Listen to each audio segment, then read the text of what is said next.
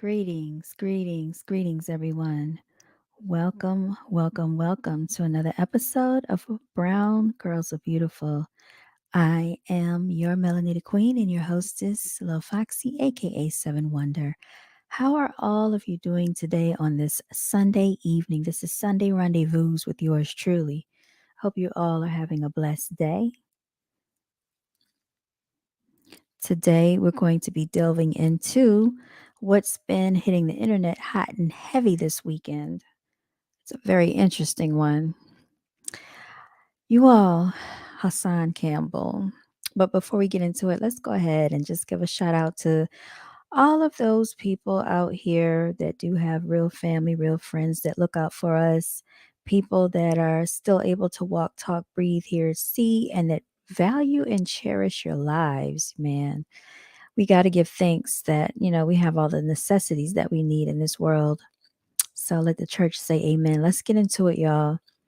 Without any further ado, I want to get into this whole Sean Combs, Cassie situation that hit the internet hot and heavy, and it was over in a matter of a split second. It didn't last long at all because allegedly they already settled.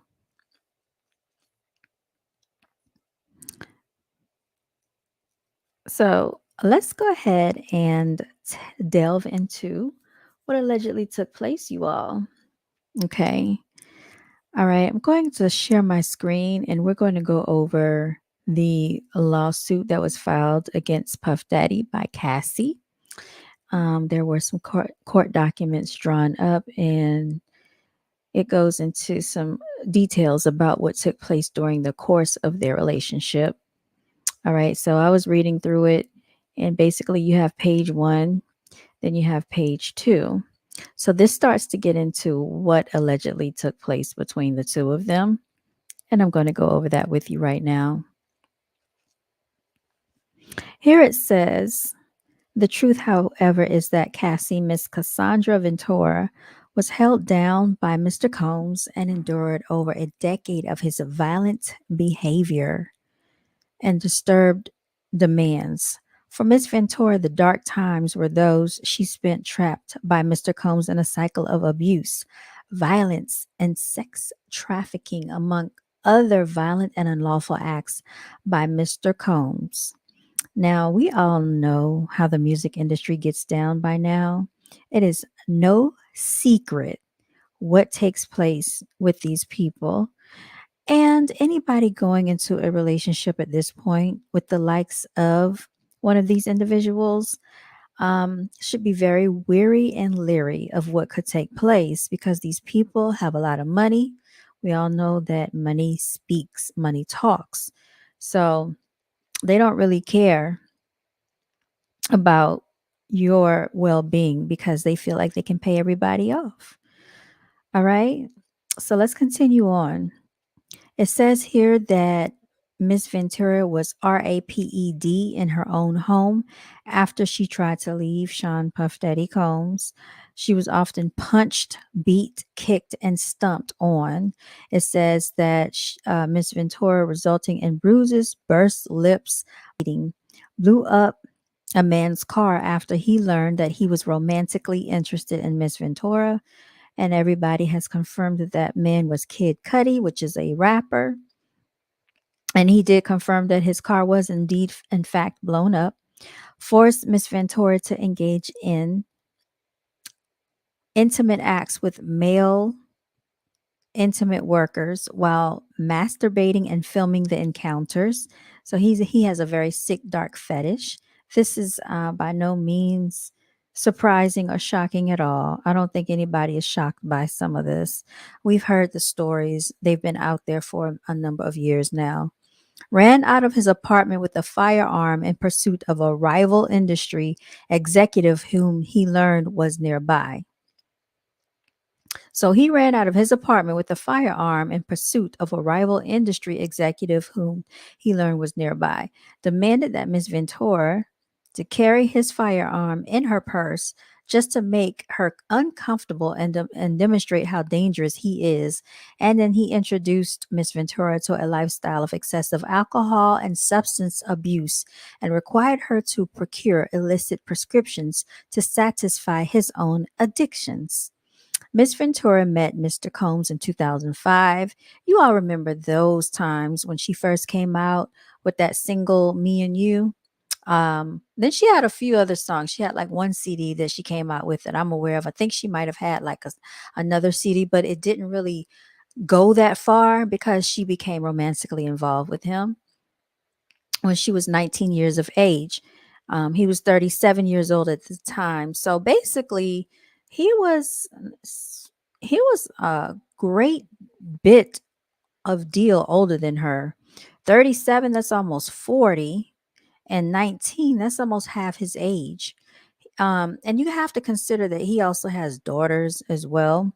He signed her to his label, Bad Boy Records, within a few years, lured Miss Vendora into ostentatious, fast-paced, and drug-fueled lifestyle, and into a romantic relationship with him. Her boss, one of the most powerful men in the entertainment industry, and a vicious, cruel, and controlling man for nearly 2 decades, her senior. Mr. Combs asserted complete control over Miss Ventura's personal and professional life, thereby ensuring her inability to escape his hold. Okay. And then it goes on to say that he provided unprecedented avenues for her success. Throughout their relationship, Mr. Combs was prone to uncontrollable rage and frequently beat her savagely. These beatings were witnessed by Mr. Combs' staff and employees of Bad Boy Entertainment and Mr. Combs' related business, but no one dared to speak up against their fighting and ferocious boss. And I can definitely believe that people do this all the time. And in the industry, in the corporate arena, anywhere, they're scared to speak out against anyone they feel that has money or power. Following these episodes of horrific abuse, Mr. Combs would immediately attempt to hide Miss Ventura and the evidence of his violent rage. He often showered her with gifts, following incidents of physical abuse, um, and typical pattern of behavior by serial abusers. In addition to the physical assaults, he frequently reminded her of his ability to cause serious harm, whether by requiring her to carry his gun in her purse or by blowing up the car of a musician that was romantically interested in Miss Ventura. So he's crazy. And, you can look at him and see the devil in his face. So I don't even know why anybody would actually entrust him. Adding insult to injury, Mr. Combs used illegal substances and threats of violence to force Miss Ventura into repeated unwanted sexual encounters with male sex workers. Over the years that Mr. Combs abused Miss Ventura physically and sexually, she again and again tried to escape his tight hold over her life. Every time she did, Mr. Combs' vast network of corporations and affiliated entities found her, and those who worked for Mr. Combs's companies implored her to return to him. Many went as far as to explicitly state that her failure to return to Mr. Combs would hinder her success in the entertainment industry. When she believed that she had finally separated from her long term abuser, she joined Mr. Combs for a dinner, after which he forced her into her home and raped her while she repeatedly said no and tried to push him away. Craziness, y'all. Miss Ventura has now fully escaped Mr. Combs, but the harm that the assaults and sexual abuse he caused her to experience for nearly a decade will forever haunt her. She has required intensive medical and psychological care to recover from the trauma she lived through. She cannot, however, continue to live in silence about what she endured. Mr. Combs remains immensely powerful and immensely dangerous. Miss Ventura, therefore, seeks justice for the decade of her life that Mr. Combs took away, from the threats of violence, excessive use of drugs, physical and psychological abuse, and sexual slavery. According to Miss Ventura, Miss Accordingly, Miss Ventura brings this action seeking injunctive, declaratory, and monetary relief against defendants in violation of federal sex trafficking. Um, oh, it's a list of things here. So here we go.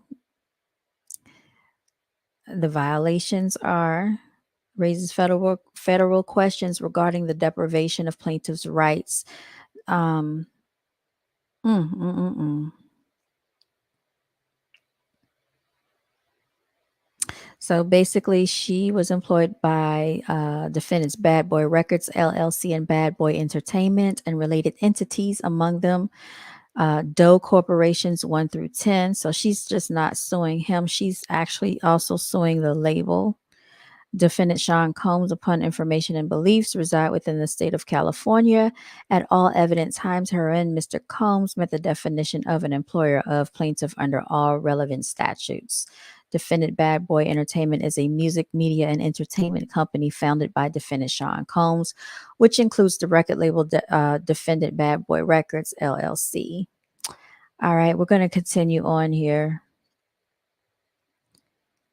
Factual allegations. Teenage Miss Ventura meets middle-aged Mr. Combs as her career begins. So we already had gone over that. It says here, to promote the album, Miss Ventura made television appearances on MTV's Total Request Live, BET 106 in Park. Miss Ventura suffered from significant performance anxiety during these appearances, and press outlets were highly critical of Miss Ventura's performances on these shows. I remember that because he actually came out and tried to defend her. Mr. Combs, however, sought to rehabilitate his newly signed talent, telling MTV News, "You could hear the nervousness in her voice, and to be honest, I kind of smiled at it because it made me really appreciate what I really love about her. She's a regular person. It just made me appreciate that she got nervous, and it was kind of cute to me. To be honest, you've got to understand that success for her is coming out of nowhere. It's just so huge, and sometimes everybody handles it differently." While clearly paternalistic and noting that it was cute to him, however regular, Miss Ventura appeared. Mr. Combs' comments rang true to some extent upon signing with Bad Boy Records. Miss Ventura was quickly thrust into the spotlight and was unfamiliar with how to navigate her new celebrity status. I mean, so basically, we can clearly see what was going on here. In exchange for everything that she gained, she was abused in return. Within a year of signing with Bad Boy Records, Mr. Combs became deeply entrenched with Miss Ventura's life, almost immediately asserting possession and control over her and inserting himself into all aspects of her career and her personal life.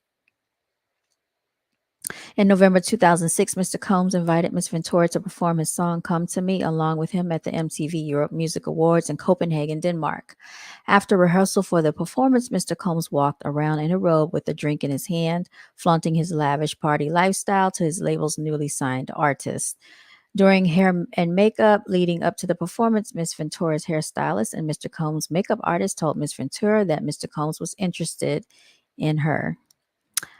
She shrugged off the gossip and, in fact, expressed disgust given the large age gap between her and the president of the record label, emphasizing the age and the power dynamic early on in the working relationship. Mr. Combs.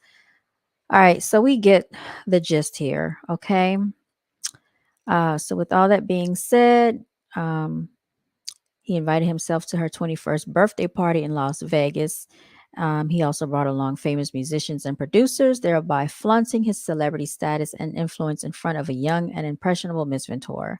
So she basically fell for it. Mr. Combs pulled Miss Ventura into a bathroom and forcibly kissed her. She did not consent to this unwanted contact. She immediately ran out of the bathroom in the hotel suite and cried. She told her best friend at the time about what happened, but was too scared to tell anyone else. And then it says here at the Music Awards the following day, Miss Ventura's boyfriend at the time joined her and Mr. Combs at a table at the awards ceremony. Mr. Combs became angry, telling Miss Ventura that the invitation to the award ceremony was only for her and not for her significant other. Despite the clear rejection of Mr. Combs' advances, he continued to demand that she spend time with him, including for a weekend at his residence in Miami for the nights out in New York City. And then it says one particular night, September 2007, he insisted on taking her out and she acquiesced, fearing that rejecting him would have repercussions for her album deal and his company, Bad Boy Records. She went up from the apartment in Manhattan in a blue luxury vehicle. She was surprised as she got into the car. Mr. Combs was already inebriated. He handed her a pill and told her to take it. She asked what the pill was, and he dismissed her and told her she would like it. She later learned it was ecstasy, something that she had never tried and did not want to try. This was the first time he gave that this was the first time he got her high. But she was of age. She was 21 at this time. She was old enough not to take pills, but she did it anyway. Mr. Combs then proceeded to drive recklessly at high rates of speed down the West Side Highway of Manhattan. See, because he was probably used to taking this. She was very scared, but did not dare to object to him, who appeared drunk, high, and agitated. But this is how they get when they're on that stuff, y'all. Mr. Combs took Miss Ventura to an upscale lounge in downtown Manhattan, where he proceeded to get into an altercation with the security staff who would not permit Mr. Combs to enter, presumably because he was belligerent. Miss Ventura decided to go home, but for the remainder of the night, Mr. Combs messaged Miss Ventura incessantly, complaining that he left him high and alone. Oh, she left him high and alone. In early fall of 2007, Mr. Combs flexed his power when he paid a promoter to create a fake flyer for a party hosted by Miss Ventura. This fake posting allowed her to have an excuse to go to Miami, Florida, and get away from her boyfriend by using the guise of a legitimate event that she had to attend. She was stunned at how easily Mr. Combs was able to recruit others to lie for him. She was uncomfortable with the fake flyer, but because the request to go to Miami was made by the owner of her record label, she was scared to go against his wishes, and to face repercussions to her career. So she joined him in Florida. During this trip, Miss Ventura was provided with copious amounts of drugs. She became more intoxicated than she ever had before. Throughout the weekend trip, she wanted him to continue to support her career. She did not want to refuse. He urged her to take more drugs. And after providing her with drugs, he had sexual intercourse with her during the trip. Within 2 years of meeting her, she found herself lured into the immediate circle of her boss, the owner of the record label, one of the most powerful men in the entertainment industry. Okay, let's continue on here. So we know that there was an age difference. Everybody knew that. So she said she felt intimidated. And he would repeatedly tell her, "Don't worry about money. I have money." He purchased a car for her, paid for her apartment, and provided her with extensive amounts of designer clothing. 2008 to 2009, he began to rent an apartment in Manhattan for her. And it was within walking distance of his New York residence at the time. Um, he showed Miss Ventura the apartment by bringing her there with her parents. Her parents were skeptical of the display of wealth, but proud that their daughter had a newfound success. So it says here that her travel, her makeup, and clothing was provided directly for her by Mr. Combs and affiliated companies. All right, so it continues to talk about the drug use, and would often have pills and other drugs out in the open, just like it was candy. He was addicted to prescription painkillers and took ecstasy frequently. This is no secret. We've already heard about, the fact that he has a high tolerance of doing drugs. Um, it says here that she was given a prescription that Mr. Combs received from a doctor in Miami, Florida. And Mr. Combs exhausted his supply of pills. He demanded that she procure the pills from the Miami doctor in her own name. He became deeply involved with her personal life, day-to-day travel, and other needs, including medical care. On multiple occasions, he had her personal medical records sent directly to his email address, and she began experiencing memory loss, potentially due to excessive drug use or head injuries caused by his beatings. Her MRI results were provided directly to him, and he also repeatedly arranged for his staff to drive her to certain doctor's appointments. So he manipulated her by what she called her grandfather. When Miss Ventura Mr. Ventura said that she referred to her grandfather as Pop Pop. Mr. Combs perversely insisted that Miss Ventura refer to him without that nickname. All right. It was violent and abusive. So he started a whirlwind of celebrity meetings and drug and alcohol fueled parties, however, quickly turned frightening and violent. Um, let's see, she was exposed to the intense violence when they were using drugs together in his home. One of the security staff barged in and announced that Suge Knight, a rival of Mr. Combs, was spotted at Mel Drive's and Diner in Los Angeles. Mr. Combs began to get dressed, retrieved multiple guns from a safe, and ran out of his home to where he believed Mr. Knight was dining. Miss Ventura became terrified and began to cry. On at least 2 occasions, Mr. Combs demanded that she hold his gun in her purse. She had no familiarity with guns and was petrified that the firearm would accidentally go off in her purse. There was no clear reason why Mr. Combs required her to hold the guns except to reinforce to his girlfriend that he was violent and dangerous. Okay. Multiple violent beatings, leaving bruises on her body. Um, he uses money to orchestrate power and extensive efforts to hide the evidence of his abuse. He would get a hotel room for days at a time to let her bruises heal. One instance was after a party with Jay-Z.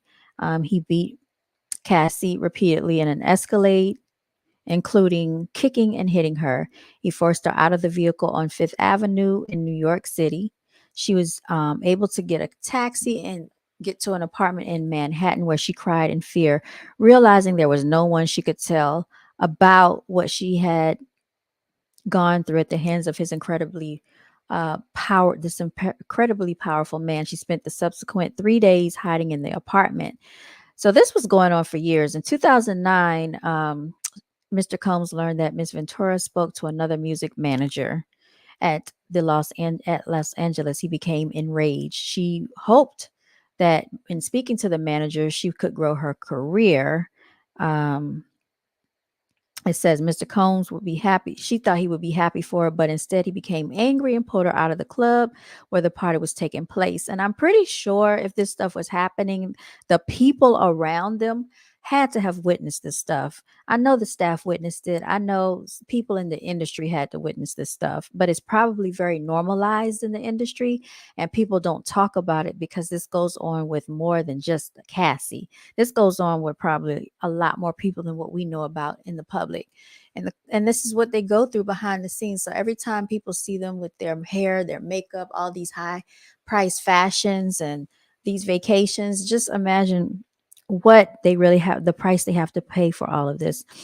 In the car leaving the club, Mr. Combs beat Miss Ventura, pushing her into a corner of the vehicle and stomping on her face. Mr. Combs' security staff, Roger Bonds, tried to stop the beating but was unable to de-escalate the situation. When the car arrived at Mr. Combs' residence, Miss Ventura attempted to run away, but Mr. Combs followed her and proceeded to again kick her in the face. Miss Ventura was bleeding profusely and was ushered into Mr. Combs' home, where she began to throw up from the violent assault. Upon recognizing the damage he had done and the physical evidence of his abuse, he panicked and forced his staff to bring her to a hotel suite at the London Hotel in Los Angeles, where she was required to stay for a week. We've heard about stuff like this going on. I remember 6ix9ine's girlfriend talked about the same thing in a hotel room. She was beat. He knocked her teeth out and had her stay in a hotel room because her face was so beat up. During this stay, as her injuries from the beating healed, Miss Ventura began to fully realize that Mr. Combs' tremendously loyal network not only knew about and witnessed his assault, but also that these witnesses were not willing to do anything meaningful to stop his behavior. She recognized that she was powerless and that reporting him to the authorities would not alter his status or influence, but would merely give Mr. Combs another excuse to hurt her. While in the hotel, she asked to go home to her parents, but he wouldn't let her leave. She lied to her mother when asked about an online gossip forum that reported the assault. Mr. Combs proceeded to instruct his assistant to purchase excessive amounts of gifts for Miss Ventura, which were delivered to the hotel room where she remained trapped. She was terrified, isolated, and unable to see a pathway out of the abuse and the hold over her life. Um, by his own admission, his relationship with her was like Bobby and Whitney, a clear acknowledgement of unequal power dynamic and excessive domestic violence and permeated their relationship.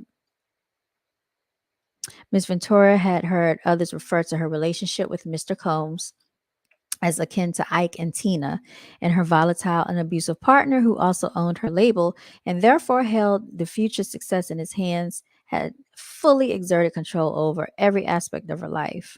Within a few months of being a romantic relationship with 47-year-old Mr. Combs, the 22-year-old Miss Ventura felt beholden to his whims and demands. She wanted He told her that he wanted to engage in a fantasy of his called voyeurism. Mr. Combs said that it would turn him on if he saw Miss Ventura with another DICK. The first time Mr. Combs hired a man and brought the man to his home in Los Angeles, the man, Mr. Combs, and Miss Ventura wore masquerade masks and ingested drugs. Mr. Combs directed Miss Ventura to perform sexual acts with this man while Mr. Combs watched them. He masturbated while he directed Miss Ventura and the man to do specific sexual acts. The entire encounter lasted multiple days. Mr. Combs began to call the arrangement a freak off or an FO. He would repeatedly tell Miss Ventura at random moments that he wanted an FO, and Miss Ventura was eventually expected to facilitate the location and the hiring of the male sex workers. At certain points during Miss Ventura and Mr. Combs' relationship, he would insist on a freak off weekly. Mr. Combs would repeatedly tell Miss Ventura that this practice was our thing and our secret. FOs, freak offs, would often take place in hotel suites, including at the Trump International Hotel in Columbus Circle, El Hermitage, Beverly Hills, the London Hotel in Los Angeles, the Intercontinental Century City, and many others. In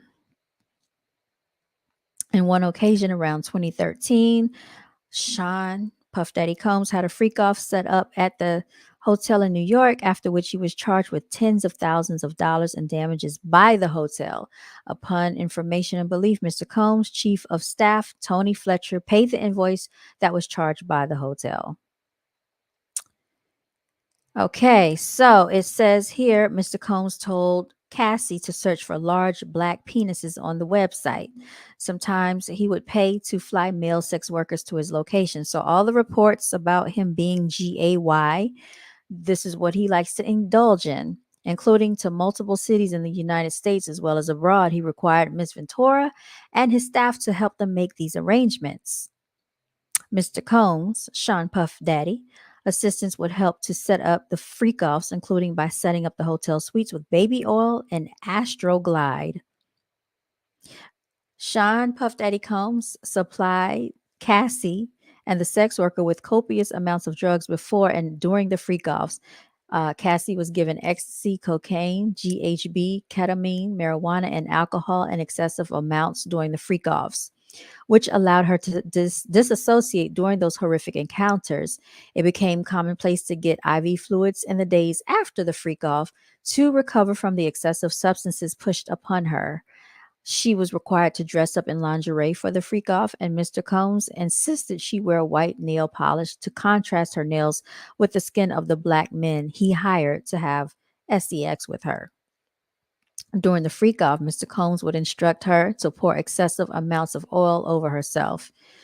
He would then instruct her and the sex workers to speak to each other, and then would specifically tell her where to touch the sex workers.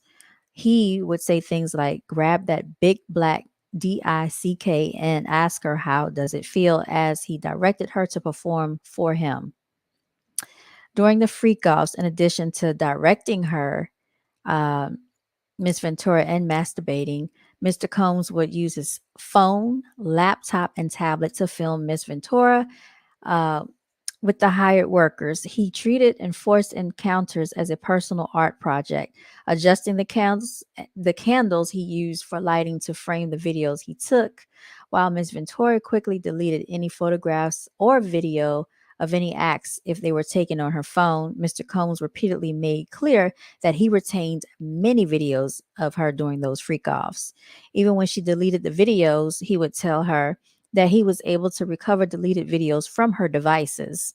On one occasion, he sat next to her on a flight and made her watch a video she thought she had deleted, reinforcing her inability to escape and the immense power he held over her. He would pay the male workers a few $1,000s in cash for their services. He would become extremely intoxicated and would hit her in front of the sex workers. He was repulsed. She was repulsed by his demands, but between the physical beating and recognizing his incredible power and temper, she was petrified and felt that she could not say no. He would present her with lavish gifts prior to or in the middle of the freak off, seemingly acknowledging the ways in which these forced sexual encounters constituted work for Miss Ventura and that he needed to compensate her for the work. At one point, he had given her so much designer bracelets for the freak offs, and immediately following his brutal beatings, that she felt that she was shackled by his presence. Frequently, her anxiety before a freak off would become so great that she would become physically ill, sometimes to the point of vomiting. While kneeling over the toilet, he would shame her into performing for him, eventually forcing her to get up and proceed with the encounter. She knew firsthand that telling him she did not want to engage in the freak off was met with anger and violence. In addition, any suggestion that she would refuse or otherwise refuse the freak off would come to his abuse was met with ultimatums by Mr. Combs, who would say that she could not go to the police because she had a lot to lose. Around 2015, in August, in the middle of a surprise birthday party dinner, she was 29 at this time. He insisted that she leave the party and go to a hotel for a freak off. When she expressed she did not want to go, um, Mr. Combs had her cornered by his security staff in order to force her to leave with him. After the freak off, they went back to the hotel room where she was staying, where some of her friends were already hanging out. Mr. Combs was severely intoxicated and at one point during the night picked up one of her friends like a child and dangled the friend over the balcony of the 17th floor hotel suite. Her and her friends were scared of his erratic behavior, and Miss Ventura was heavily sedated because of the drugs she took to participate in the freak off and therefore was unable to respond to his terrifying behavior. The freak offs became work for Cassie, and despite her protestations, Sean Puff Daddy Combs insisted on these intricate stage and forced sexual encounters between Miss Ventura and the male sex workers.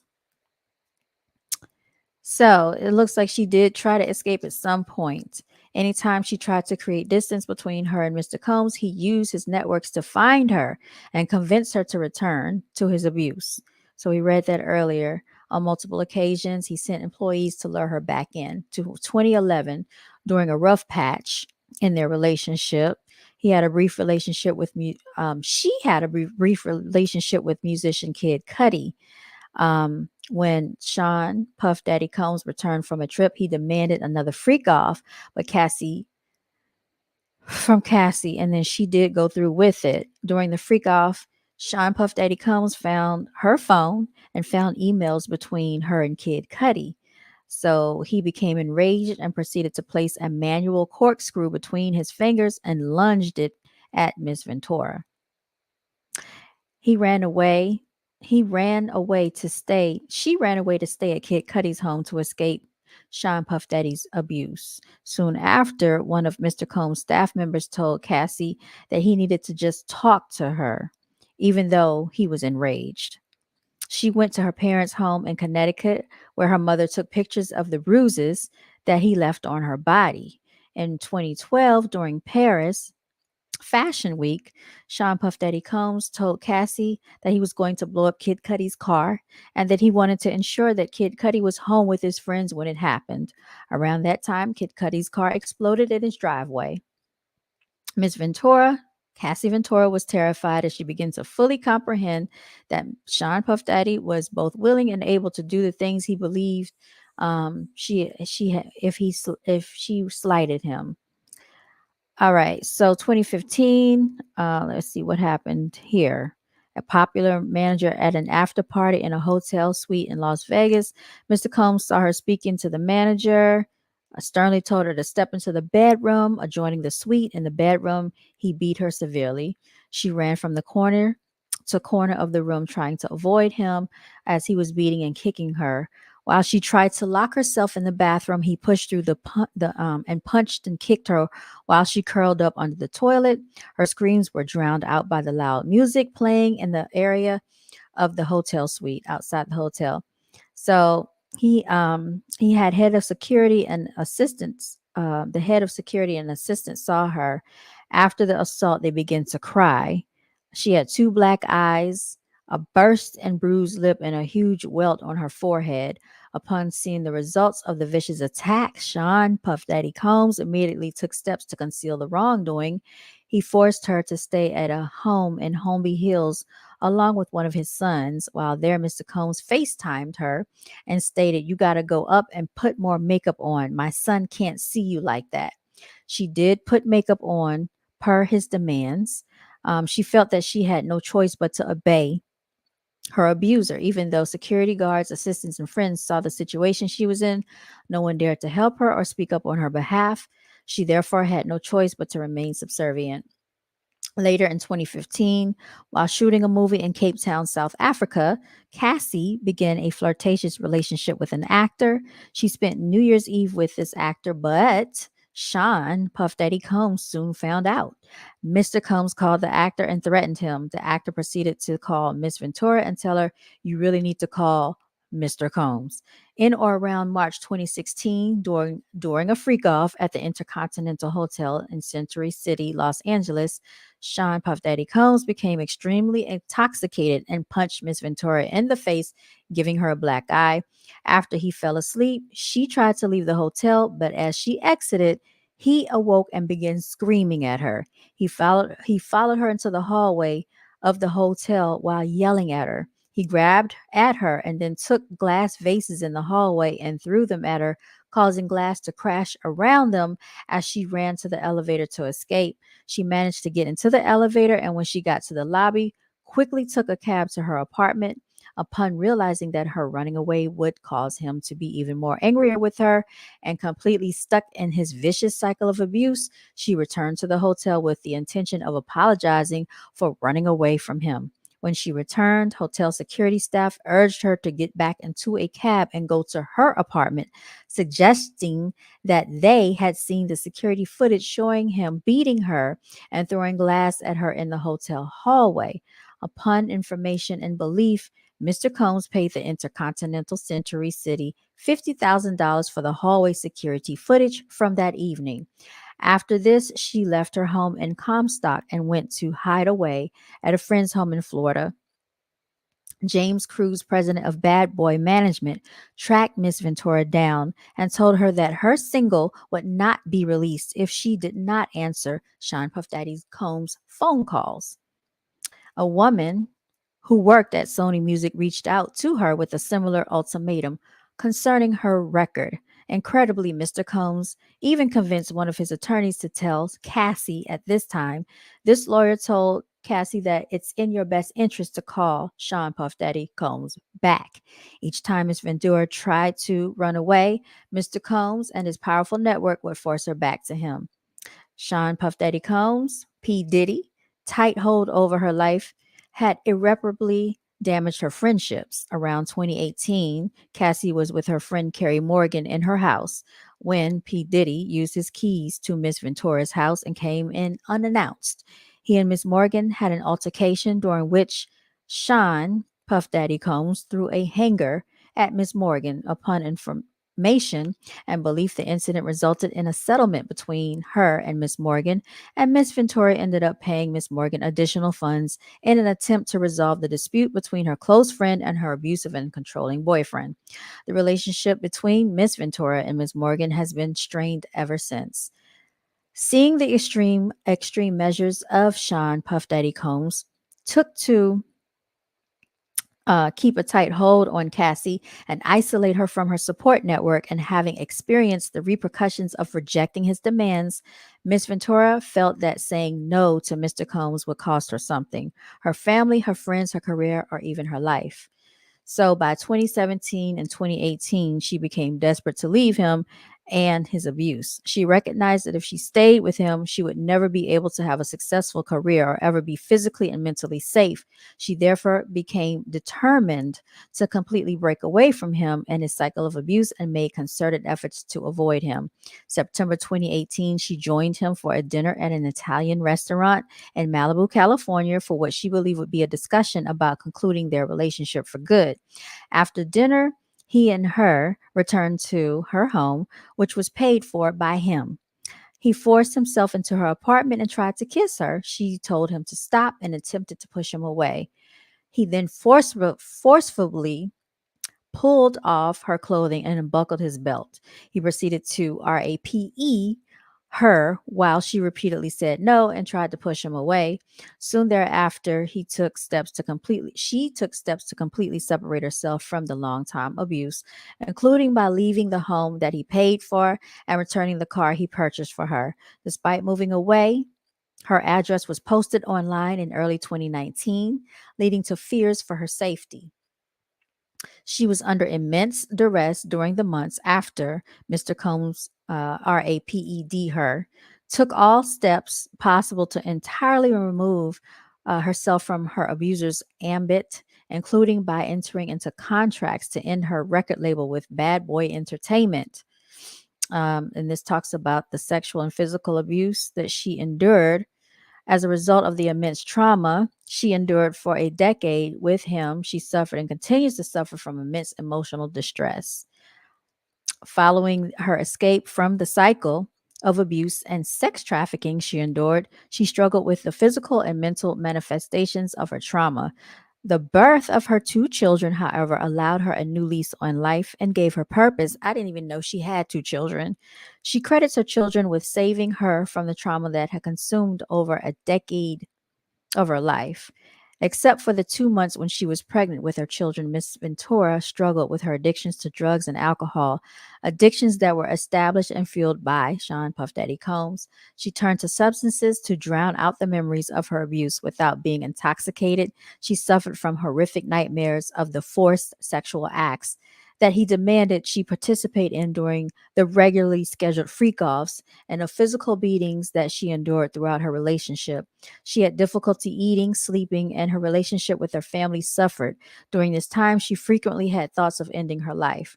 To rebuild her life and her career, she needed to completely reinvent herself. She checked herself into inpatient treatment at a rehabilitation center, where she first confronted the extent of the trauma she lives with. She has acquired intensive therapy and other medical care to recover from the abuse, and she will forever live with the physical and psychological repercussions of the decade of violence, fear, and exploitation she endured.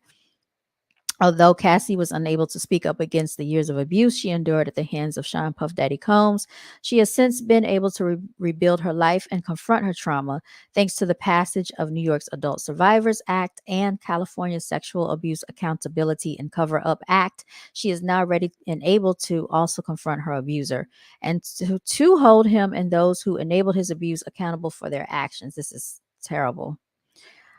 All right. Plaintiff repeats and realleges the allegations, and it talks about everything that we just went over basically. All right. So this is what happened between allegedly Puff Daddy and Cassie throughout the duration of their relationship. Um, it also talks that she, as the plaintiff, seeks reasonable attorney fees. It talks about the violation of the New York Services for Victims Human Trafficking Act. And as we all know, they've already settled out of court. So she was paid already. Um, the the lump sum amount we don't know, but in order to, I guess, save his reputation and not to have this further go on, he already has had it settled. This is the power of money. I'm pretty sure there are other victims that may or may not come out that have been abused by him. This is a pattern. He seemed very comfortable with it. He seemed to be very open with it. Um, so I don't see why in the world anybody would think this is a surprise. And I'm not surprised or shocked by this at all. I mean, like I said, you can look at him and see that he looks like a devil. All right, so this just talks about, like, what she went through, what she's faced with: battery, sexual assault, all of that for 10 years. You all, I don't know. I don't know what to say about that other than I'm glad she got away from it. Hopefully, if anybody else has endured abuse, they can come out and share their story. But yes, this has been interesting. And as I wrap that portion of the video up, I want to get into this whole Hassan Campbell debacle, because of this situation. This is what has caused the tirade that we saw and witnessed earlier on YouTube. I'm going to turn my camera on for this one, y'all. Here I am. So, y'all, earlier today, I don't know if y'all saw, but I actually caught the end of it around 11 a.m. Hassan Campbell was speaking out about the Puff Daddy and Cassie situation that took place earlier today. And during this whole tirade, he ended up going live. He actually, what we witnessed him do was post up a video of himself. He set up a tripod at the Bronx River projects. We all have heard him talk about Bronx River, right? So he allegedly, well, he didn't allegedly, he actually got upset because of what happened between Puff Daddy and Cassie. And so he went off on live talking about everybody cares about Cassie, but nobody cared about what he went through experiencing through the hands of Africa Bambaataa. Okay, when he was a child, when he was a teenager. So I don't know if he was having flashbacks, but he was upset at the fact that Cassie got an undisclosed amount settlement, and he ended up getting nothing when he allegedly, came out trying to expose Africa Bambaataa for the situation that he went through. So let's get into it, y'all. Let's get into this whole thing with yeah, because it's crazy. All right, so we're gonna go ahead and share the screen.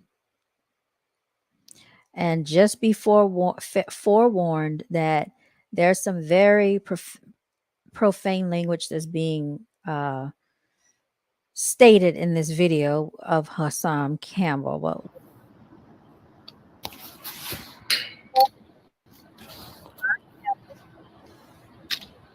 setting up, basically, he's setting up a tripod.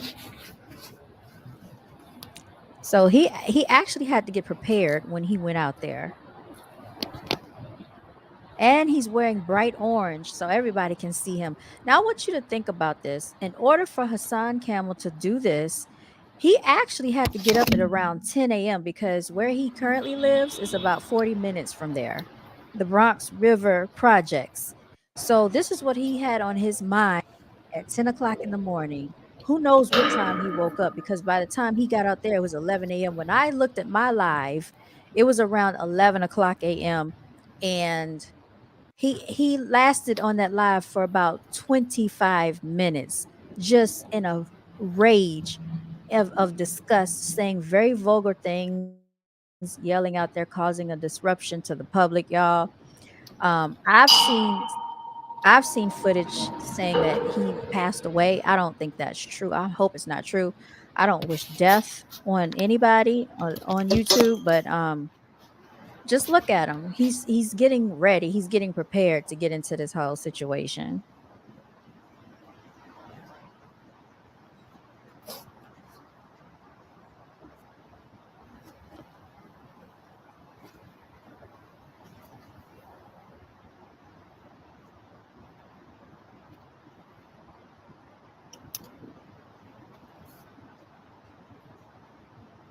And look at the expression on his face. Something definitely appears to be wrong. He looks troubled.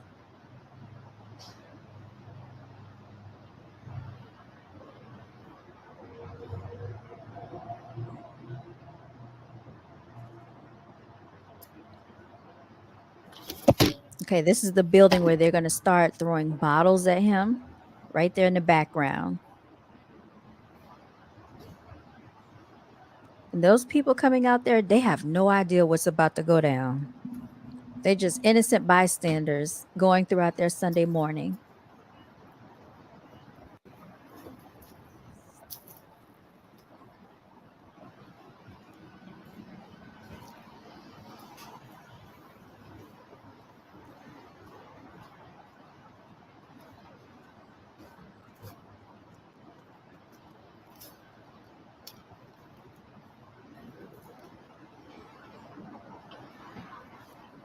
What y'all telling me?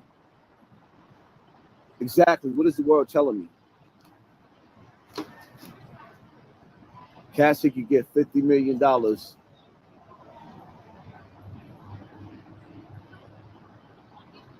being in a relationship that she don't like. But I can't even get no attention for the shit that was done to me in Bronx River. The fuck is y'all telling me? What is y'all telling me? What is the world? What are we saying? I didn't ask nobody for fucking money. What are y'all telling me? What is y'all telling me? What is y'all telling me? Stop calling my fucking phone.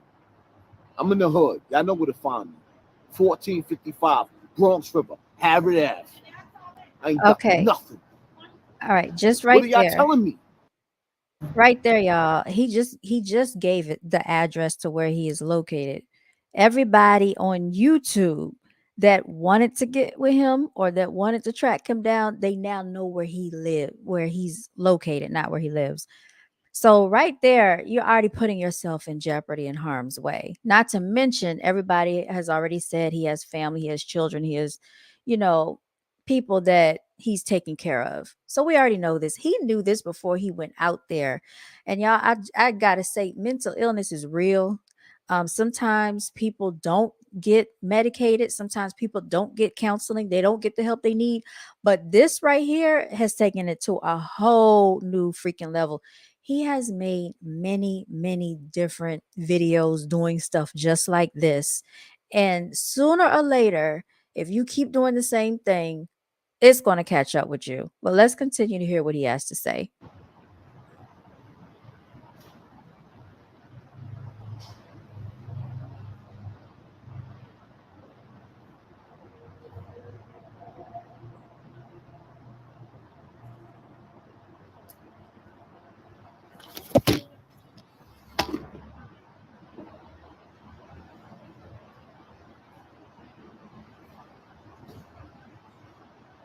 All right. And look right here in the background. I don't know if you can see that as the young lady is coming out of that building, 1455 Herod Avenue. That's exactly what he just said out of his mouth. So you can see the address is posted up right here. Anybody that wanted to get at him could come right there and get at him.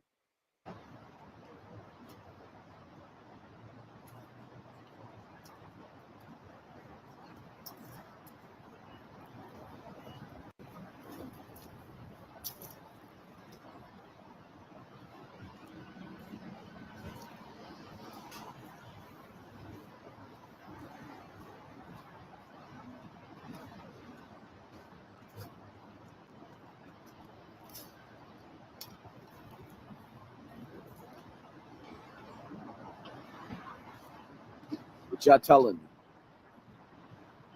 Exactly. What is the world telling me? Cassie could get $50 million for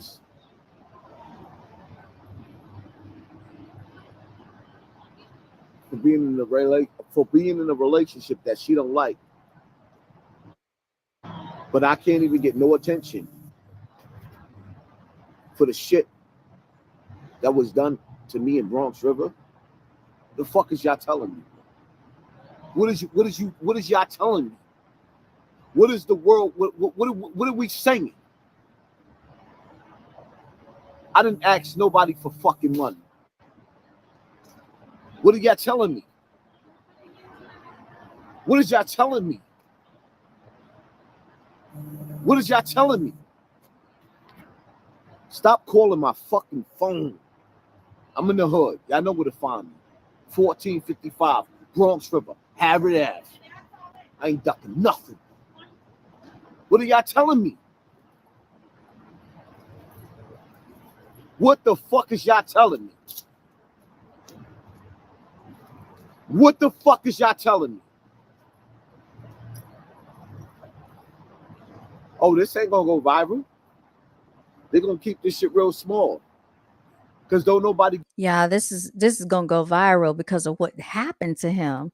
You gotta be careful about what you say out of your mouth. Like, he keeps making a freaking history of doing the same stuff.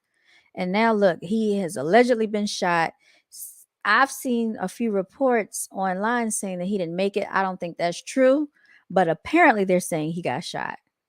Give a fuck about the kids in the hood getting fucked. I don't want to be in the industry. I don't like the industry. I totally disrespects the industry. I'm in the hood. Nobody likes me in my hood. I robbed these niggas. I extorted these niggas. I put these niggas on a curfew. Y'all already seen it. I'm in the hood where it is what it is. It is what it is. Ain't nobody gonna make me go nowhere. But I'm just saying, what is y'all telling me? My life and my pain wasn't worth nothing? That's what the fuck y'all telling me? Everything I went through as a child, everything I went through wasn't worth nothing? That's what y'all telling me?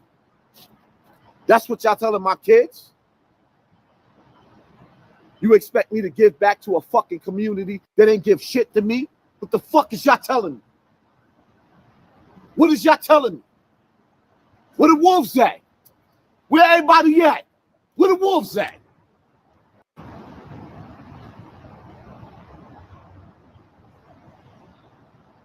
What the fuck is everybody telling me? My story wasn't worth shit?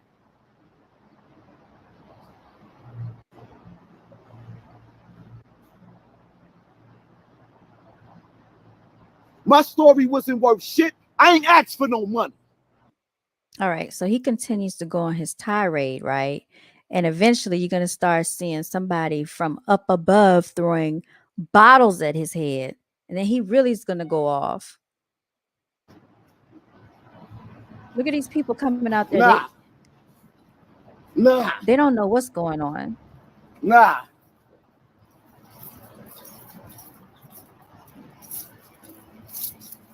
Y'all niggas support rape culture and this shit. Y'all niggas support rape culture and this shit. Y'all support rape culture and this shit.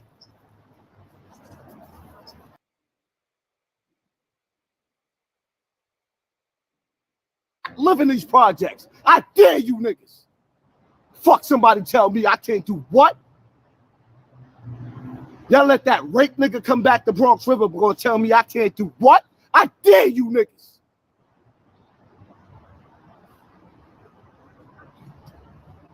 He was asking for it. It's so sad, man. Like, this didn't even have to happen. If he did get Dare shot, you niggas.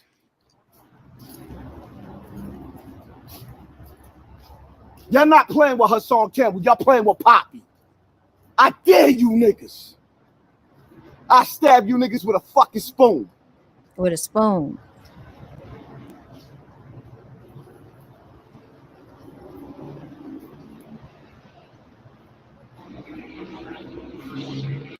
Throw that pot. Come downstairs, There we niggas go. out here. There we With go. girls and boys, and y'all let that nigga.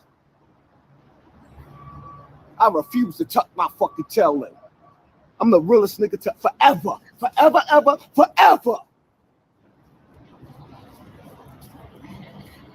Forever.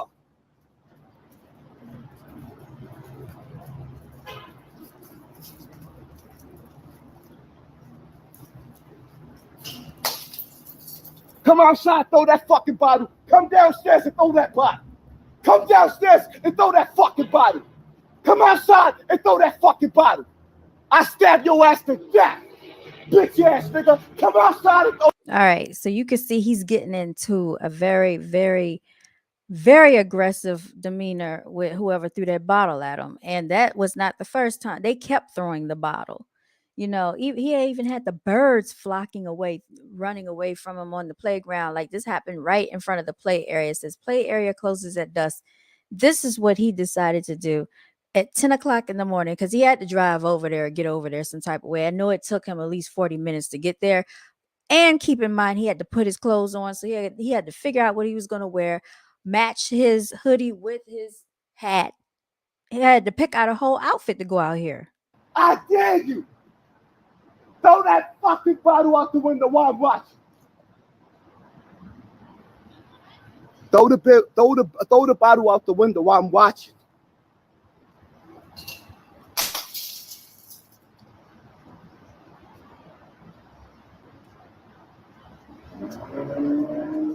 Don't wait for me to turn my back. Come downstairs.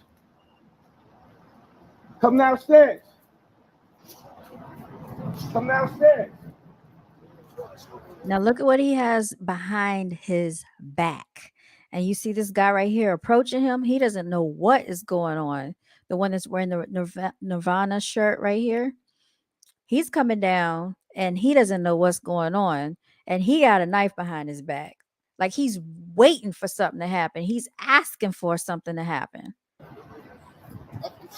Good, right? Keep it moving. Keep it moving. Yeah, he didn't have any issues with Hassan. He was just trying to figure out, and look at how he's looking at his hands behind his back. He's looking at whatever this is right behind his back. Now, here comes the dude with the dog. What's good, though? What's good, though? What's good, though? Don't throw it out the window. I ain't running. Oh, we got Poppy outside. Let's go. Let's go. What up, though? We got Poppy outside. Somebody just said, I'm a fan, homie. So whomever he's talking to, that person is letting him know, like, I'm a fan. They're probably a subscriber watching him on YouTube. Could be watching him live right now. But he's out there like he wants it with everybody. The whole hood can get it. King Kong ain't got on me. I'll have you playing basketball. You know what I'm saying? He's with that type of energy. Good job. Don't throw it out the window and duck, nigga. Pelican Bay. You just throw shit out the window? Oh, I'm about to be good because I already know an army gonna come out. Yeah, see, somebody had just said to somebody, they threw an S out the window and they said, yo, Papa, you good? He said, oh, I'm about to be good because I'm about to have a whole army coming out here. But if you're going to do something like this, you should already have your army lined up. They should already be lined up waiting for you. It shouldn't be you out there by yourself with the camera and a knife. This motherfucker. Don't hide in the house. Come outside. Come outside with the shooters. What up, though? What up, though? What up, though? He said, come outside with the shooters, y'all. That's what he said.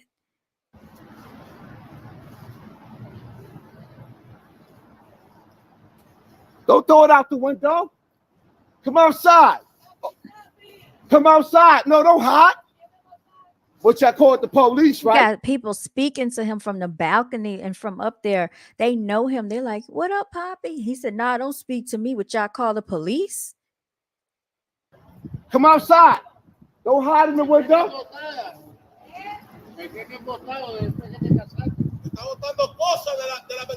Don't call the police, though. Yo, Pop, you doing your thing, man. I'm going the fuck out, man. Don't call the They police. yelling at him. They say, "Yo, Papa, you doing your thing. Go to F home, yo." So he's out there really for no reason because he got upset about the verdict. I guess the settlement with Puff Daddy and Cassie, and that triggered something in him because of the Bambaataa situation and the fact that he didn't get any support, the support that he think he deserved from his community. So he decides to get, I guess, in the car or however he got there and go all the way out to the Bronx River projects. For what reason, I have no idea. Police. Shook ass niggas. Don't call the police. Now the police, so don't call the police.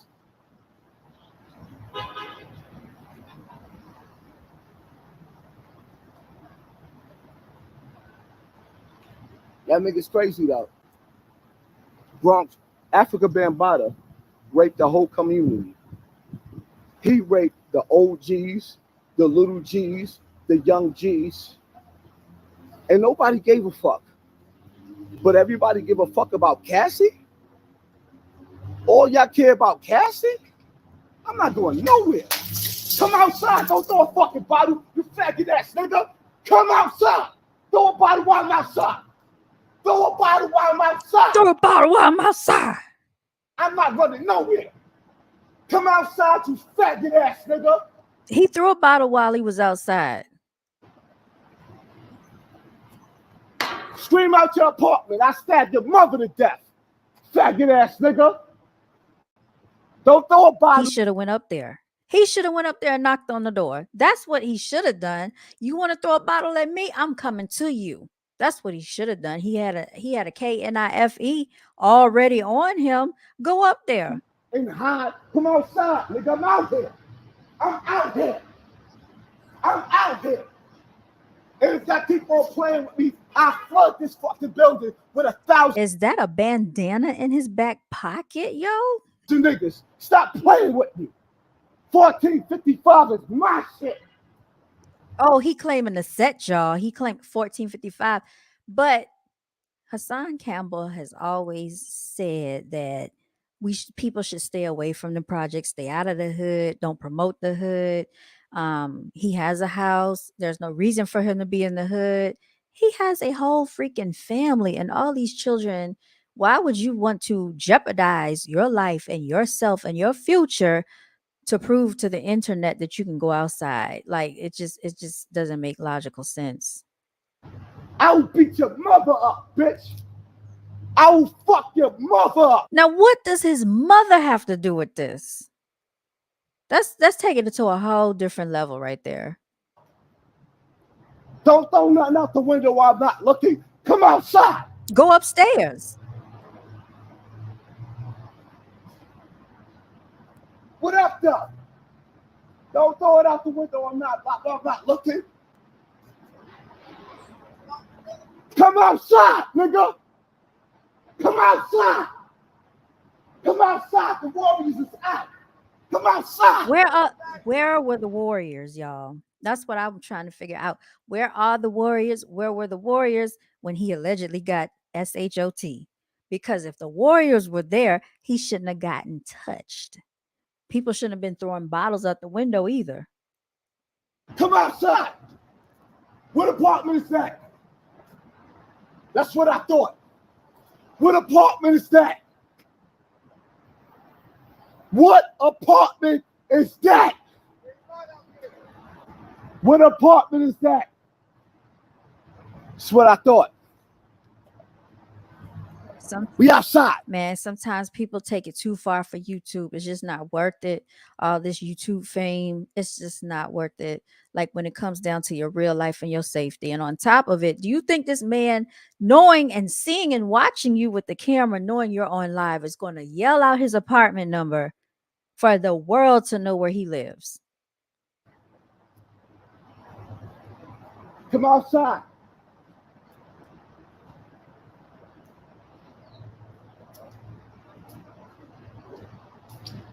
Come outside. The wolves is out. Come outside.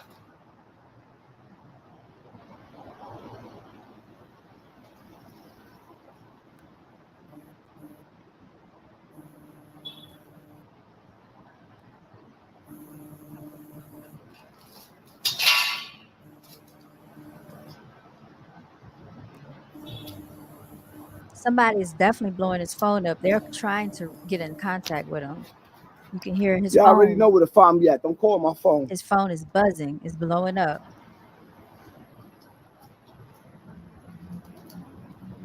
Because Don't throw nothing out the window. they probably just trying to tell him to go back home, get in the house, leave from over there. That's why they calling him.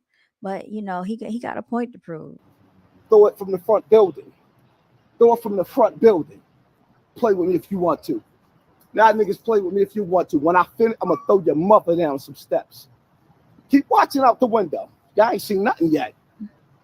Y'all don't even understand how many niggas love me. Keep on playing. It's my building. I wish y'all niggas would. I wish you niggas would. Keep on. When I catch that window and that floor, I know the floors and I know the window. When I catch it, I'm not even. If you know the floors and you know the window, why ask him what apartment is that coming from? You should already know. Looking up. When I catch it, your mother gonna get thrown down a flight of steps, you broke ass nigga. And every nigga in my army gonna stomp that bitch down a flight of steps. The fuck y'all playing with? Who y'all playing with? I look like I'm running. Come outside, nigga. Don't throw it from the window. Wow. They meant that. Come outside. Come outside. Y'all niggas see what they y'all see what they throwing out the window. Nigga, I got an army out here. Come outside. Come outside. You ain't got no army out there. I look like I'm running. Come outside.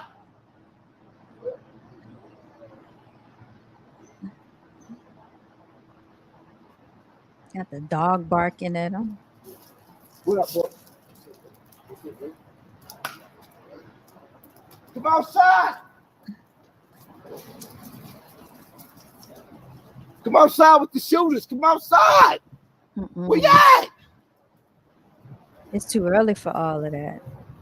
Don't throw no bottles out the window. Come outside.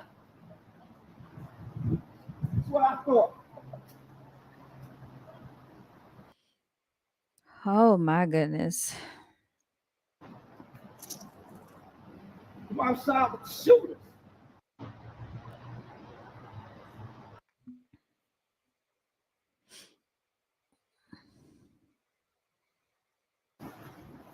All right, so now you're going to see this guy walking up over here. He told the guy to keep his distance. And the reason, at first, I thought it was somebody that he didn't like. But this guy right here is somebody that I think that he knows.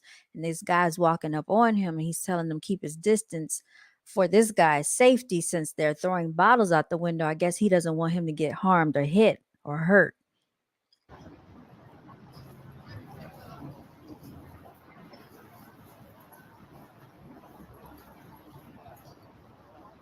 Where you at? Now keep the distance. What up, though? What up, though? What up, though? What up, though? What up, though? Don't stay in the window. Come outside with the shooters. Don't stay in the windows. Come outside with the shooters.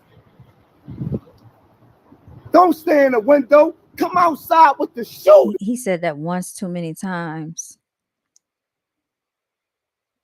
Everybody got something to say. Until a real nigga got something to say. Everybody got something to say. Until a real nigga got something to say. Come outside. That's my shit right here. Okay. Now, this guy right here, he's looking around.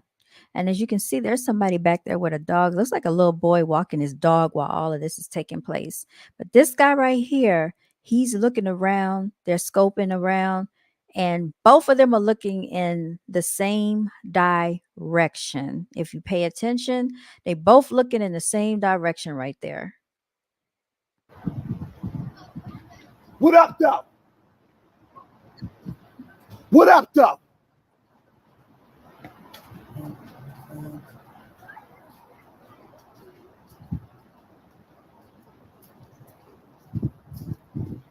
What up, though?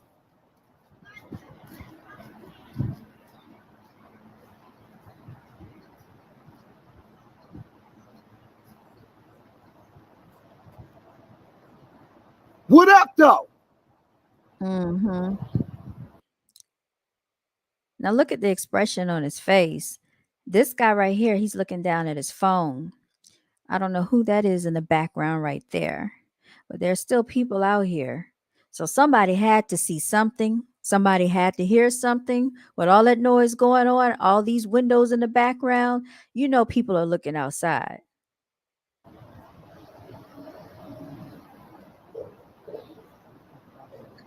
Now watch this.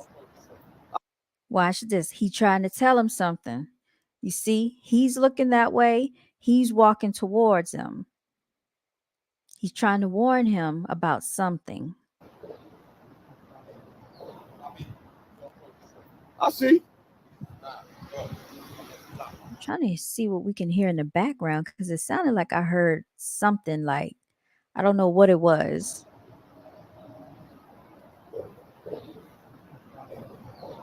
One, two, three, four. I don't know if those were gunshots or what that was, but you can hear something in the background.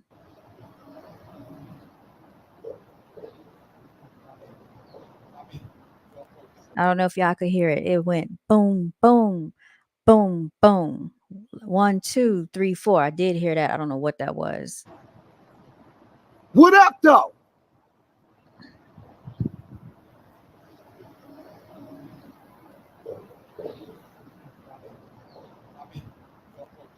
I see. He said, Papi. And then it sounded like he said, I couldn't really hear it all the way. He might have said Popo, but he said something to him and he said, I see. So they're looking. See, we can't see because of the way the camera is facing. The camera is facing Hassan Campbell. And he put that camera there just in case something happens. People can see live on air if something happens. I think that's why he set that up like that. Who that? Take the second exit on Westchester Avenue. See, the guy was telling him something else, and you heard Hassan Campbell say, "Who that?" And then it cuts off. So something took place in those last couple of seconds of that video. I see. Who that? Take the second exit Oh, on yeah. Westchester Avenue. Okay, so all right. In the distance here, I see. in the distance here, like right here, there's people Who that? walking. Take the second exit on People Westchester started Avenue. walking towards him in the background. I'm gonna pause it. Right in this area right here. I don't even know if y'all can see because I can't zoom in. I don't have that capability or the technology. There's some guys walking back here past the playground area, past those that fence area, down the walkway behind Hassan Campbell, where the breezeway is. There are two guys walking in black. I don't know if that has any significance or what, but there are definitely some people coming up. I see. Right here, right behind Hassan Campbell, past that light pole. He turned around. He's looking. And the guy's trying to tell him something. And they're walking down the sidewalk. He's looking. Who that? He said, "Who that?" Then all of a sudden, the camera cuts and then they're in the car. I don't know how in the world the camera cut like that. I see.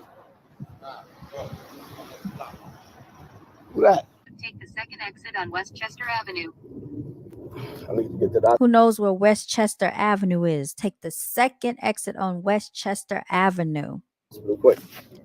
So right now, he's about 5 minutes away from where he was at first. Now take the second exit on Westchester Avenue. In a quarter of a mile. Turn left on Leave him. Come on, go, Avenue. go. I got. All right, you can hear the navigation telling them where to turn in the background. It sounded like they said turn right on Watts Avenue or something like that. Turn left on Leave him. Watts Come on, go, Avenue. go. I got you. Go straight. Go straight. I need to get to the Turn hospital. left on Watts Avenue. He said, I got to get to the hospital. A quarter of a mile. Turn Nah, left on leave him. West Come on, Chester go, Avenue. go. I got you. Go straight. Go I straight. need to get to the hospital. I I'm got shot, you. son. I'm gonna get you to ambulance. He said, I got shot, son. My only question about it is why is he, if he got shot, why is he driving instead of the other guy driving? Why wouldn't he let the other guy drive?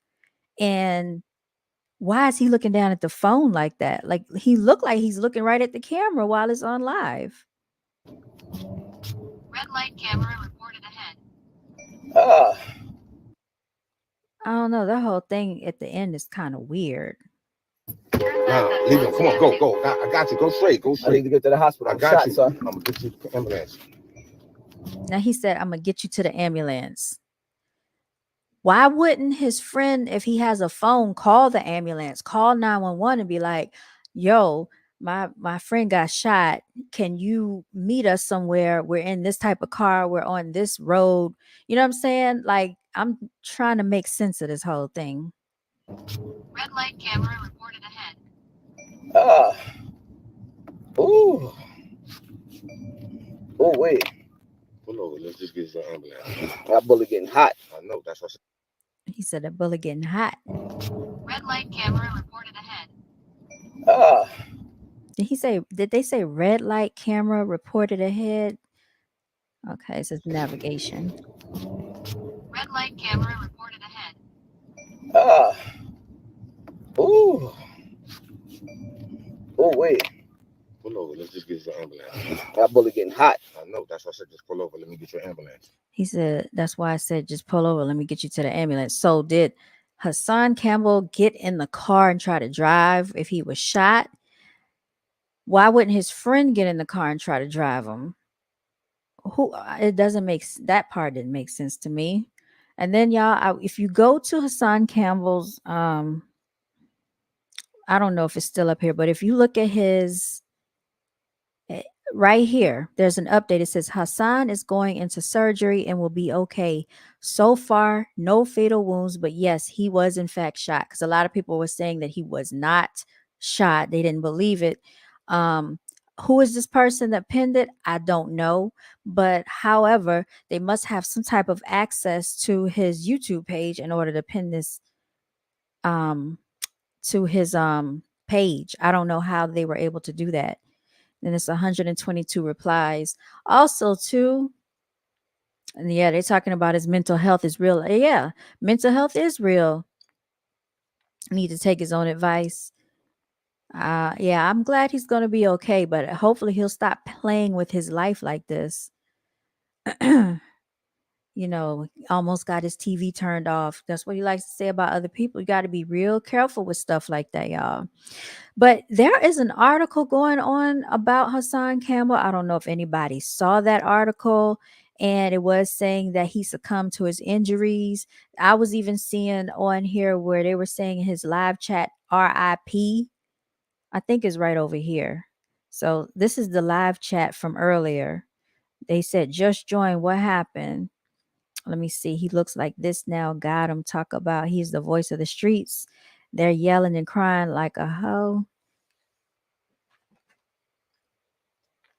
Cursing in front of women and children.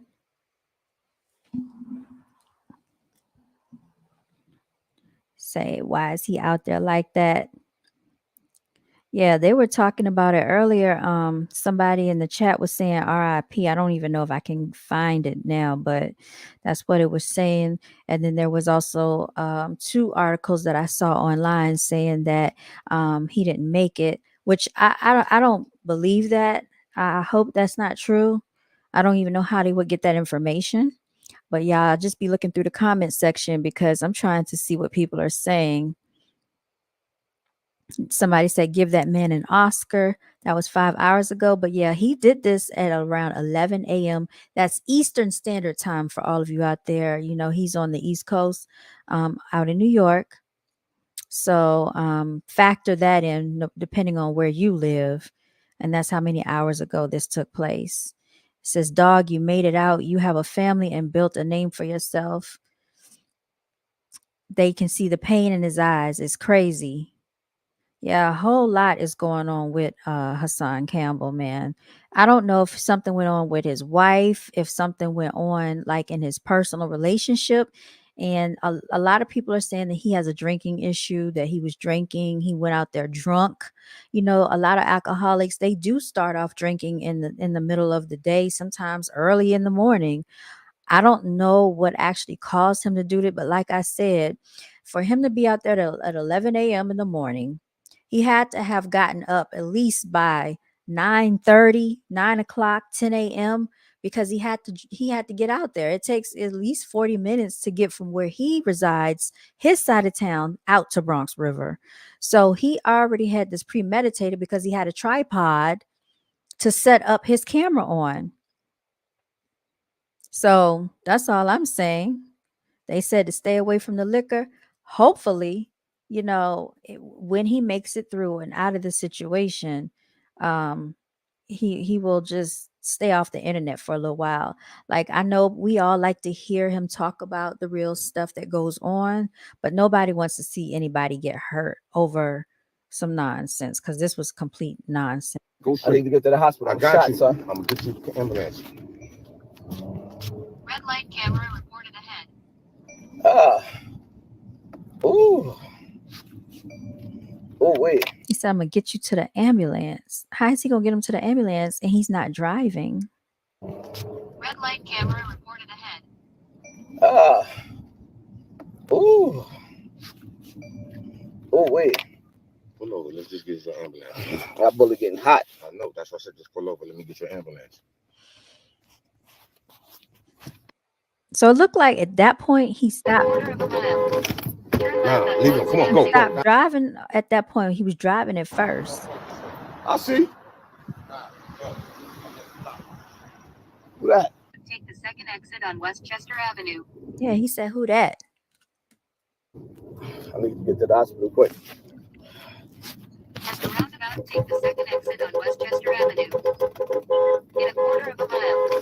Turn Nah, left on leave him. Come on, go, Avenue. go. I got you. Go straight. Go I straight. need to get to the hospital. I I'm got shot, you. son. I'm gonna get you the ambulance. Red light camera reported ahead. Ooh. Oh, wait. Pull over. Let's just get your ambulance. That bullet getting hot. I know. That's why I said just pull over. Let me get your ambulance. He said, no, that's why I said just pull over. Let me get you an ambulance. I don't know, man. It's been a lot going on with this whole debacle here with Hassan Campbell. But anyway, y'all, this has been an episode with Brown Girls Are Beautiful. I hope you have enjoyed this commentary. Like, share, and subscribe. And everybody out there, just stay blessed. Please continue to just stay safe out here, y'all. It's not worth the nonsense to prove things to YouTube. That we just had a situation with the Cardi B and Tasha K thing. It's not worth it. All of this stuff. What is this? My apologies, y'all. Let me get this off here.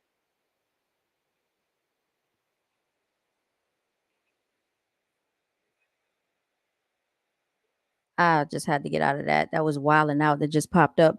But yeah, it's not worth it for YouTube and all of that, for all this nonsense to take place. Enjoy your real life. Stay safe. Enjoy your family. Blessings to everybody out there. And you just take care of yourself. It's real out here. This has been an episode with Brown Girls Are Beautiful. And until next time, y'all continue to walk in your divinity. I'm signing out.